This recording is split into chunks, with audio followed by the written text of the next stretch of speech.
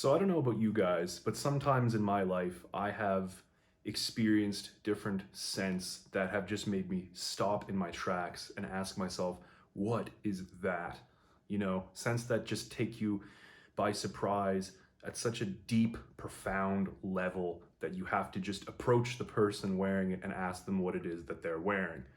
I'm going to introduce you to one of those scents that does exactly that for me. It's called Anonymous Number 7 by the house of Loewe. So guys, if you're a fan of dark, mysterious, cold weather fragrances, especially ones that have a very nice touch of incense, you're going to want to stick around for this video.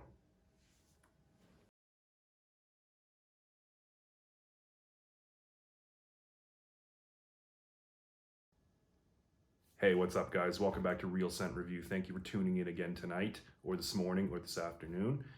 If you guys have not subscribed yet to my channel, please consider doing so if you want to be reminded every time I release new material like this for you guys. Also, if you could please consider giving a like, I would really appreciate it. So one thing I want to bring up right off the bat is this. When people think of designer fragrance brands or companies that manufacture fragrances along with other fashion accessories, two main countries come to mind.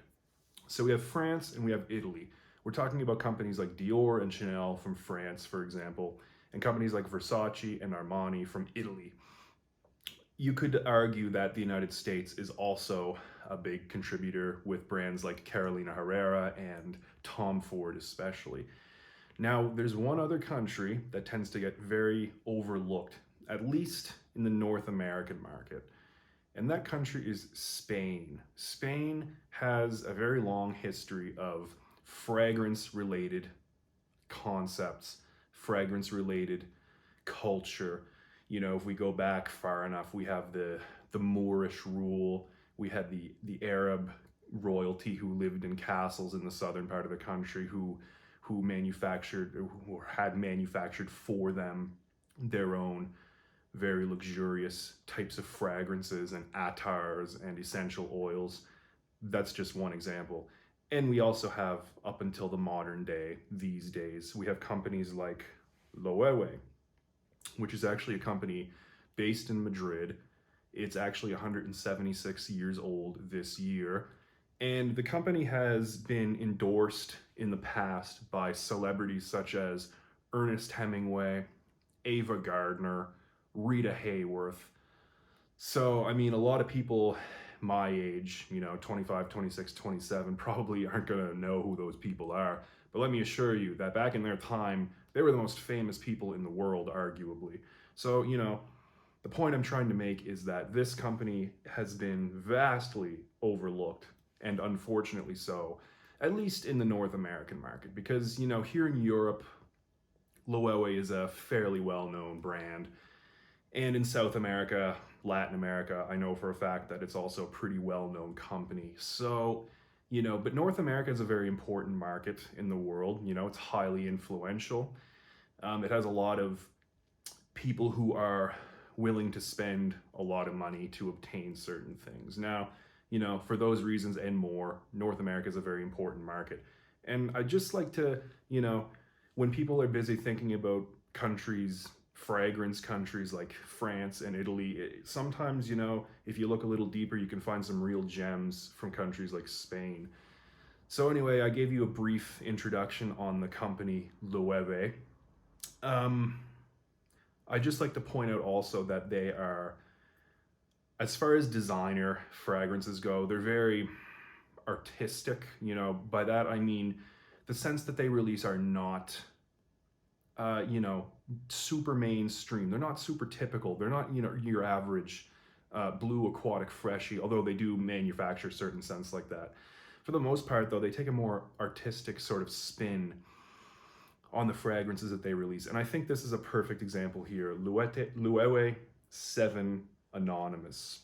Now, this fragrance has a sort of concept built around it. And it is that of a mysterious 21st century man who's mysterious and one which does not need a name to be remembered. Hence the name Anonymous. So as I said in the beginning of this video here, the first time I ever smelled this, I was completely floored. I was taken aback by the smell and how much I enjoyed it. I had to approach the guy who was wearing it and I asked him what it was.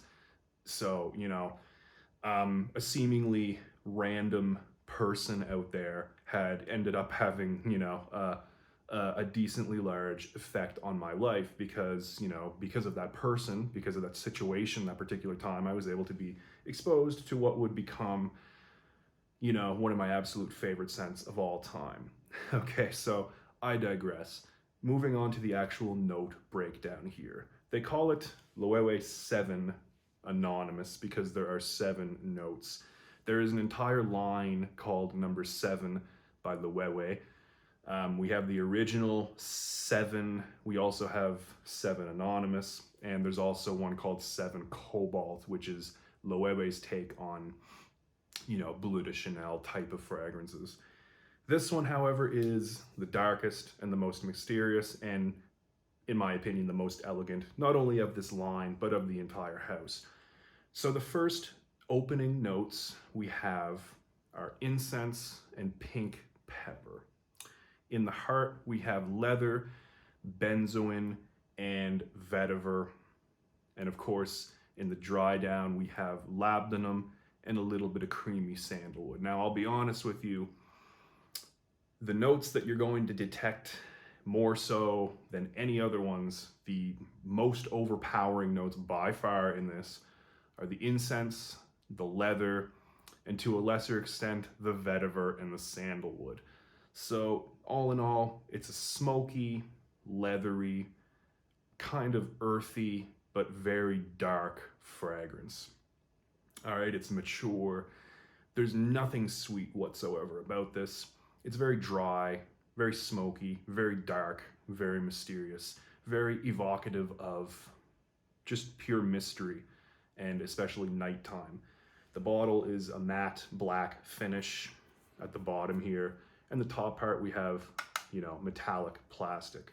All in all, I don't find the bottle to be particularly impressive, especially not the top part here. I will waste a spray for you guys to show what I'm talking about. The atomizer is good enough, but the actual bottle cap is just very crooked.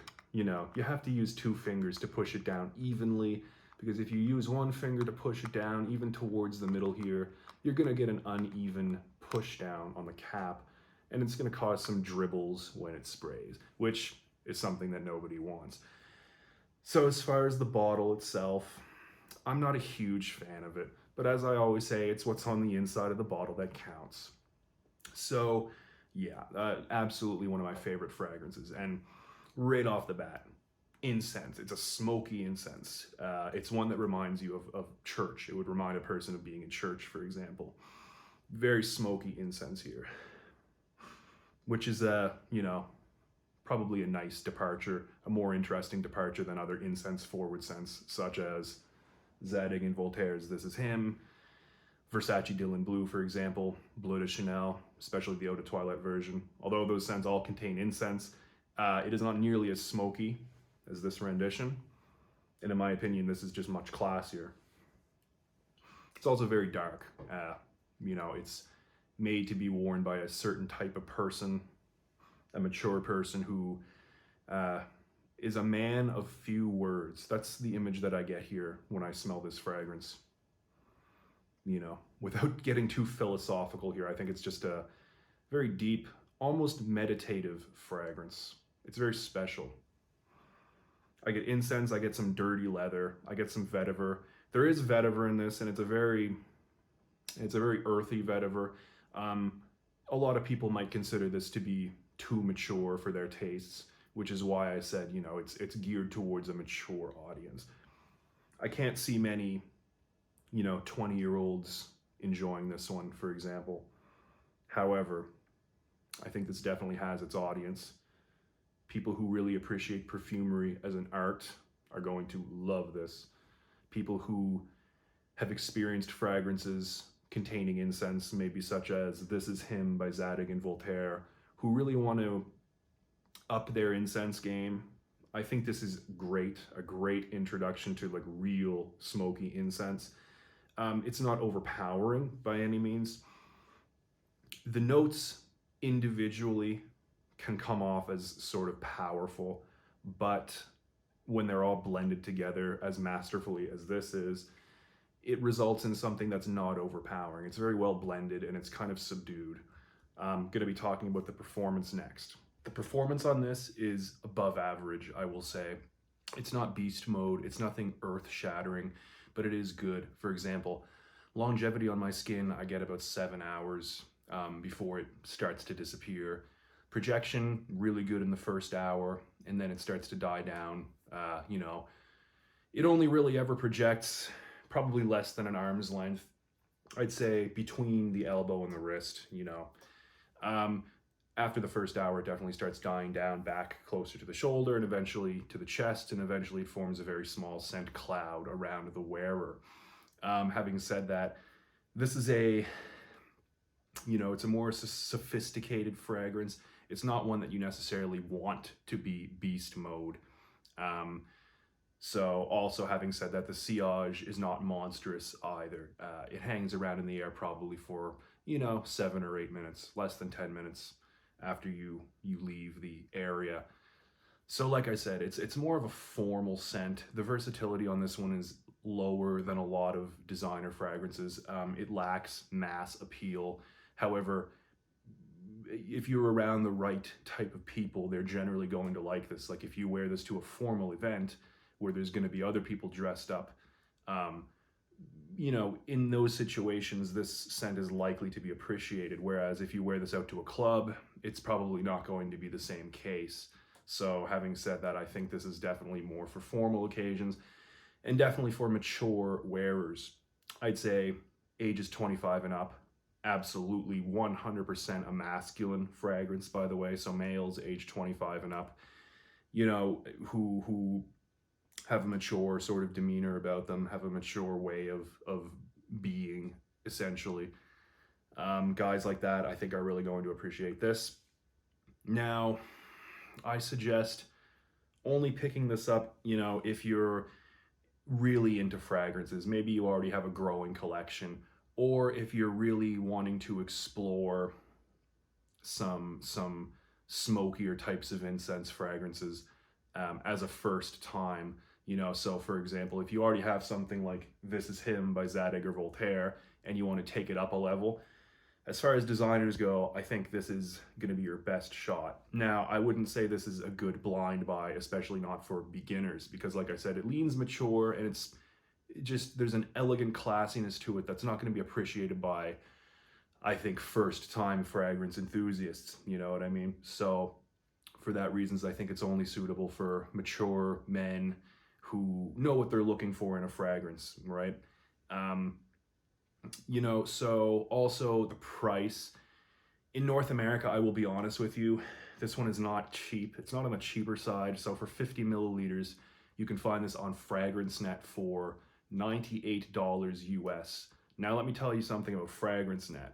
If you subscribe to their coupon list or their emailing list, you can get large discounts on fragrances from that website. So for example, this costs $98, but if you subscribe to their lists, the price goes down to about $65 US for a 50 milliliter bottle. So that's something to keep in mind. It is available in North America, like I've just mentioned. It does cost significantly less in Europe, but if you're in North America and you want to order it from Europe, you're going to end up paying as much in shipping charges, so it's essentially going to equal a very similar price where if you were just to buy it from FragranceNet already being in North America. So, having said that, also, it's not a safe blind buy. It's for someone who really knows what they want as far as a fragrance goes. You know what I mean? This isn't going to be one to wear cuddled up next to your girlfriend at night, especially if you're, a younger man. This isn't one you want to wear out to clubs. Formal, mature, sophisticated, elegant, and if I must say, as far as designer fragrances go, and mind you, I have not smelled every single designer fragrance out there, but I have smelled a lot. several hundred, you know, probably over 500 over my entire life. And I have to say, this is the best incense in a designer fragrance I've ever smelled, hands down. As far as designers go, I have never smelled a better incense than this. I'm not saying that it doesn't exist. I'm just saying that out of all the ones I've ever tried, nothing comes close to this. So as far as designers go, if you want a really good, very realistic incense, this is going to be your best shot. All right, guys, that's going to do it for tonight. Like I said, if you've enjoyed the video, please subscribe and give a like, and I'll see you next time. As always, keep it real.